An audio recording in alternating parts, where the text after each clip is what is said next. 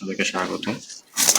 তো যারা আমার কাছ থেকে নতুন কবুতর নিতে চাচ্ছেন আর কি, মানে আগে কখনো নেন নাই, নতুনভাবে নেবেন, তাদের জন্য আর কি কবুতর দুই জোড়া দেখাচ্ছি। এটা হচ্ছে মাদির মাথাটা দেখেন, আর এইটা হচ্ছে আরেকটা মাদিটা। আমি জাস্ট কিছু বলতে চাই না, জাস্ট হচ্ছে আপনি ভিডিও দেখেই তারপরে আর কি কনফার্ম করবেন। বাট এই মাদিটা দেখেন, খুবই এক্সেপশনাল একটা মাদি।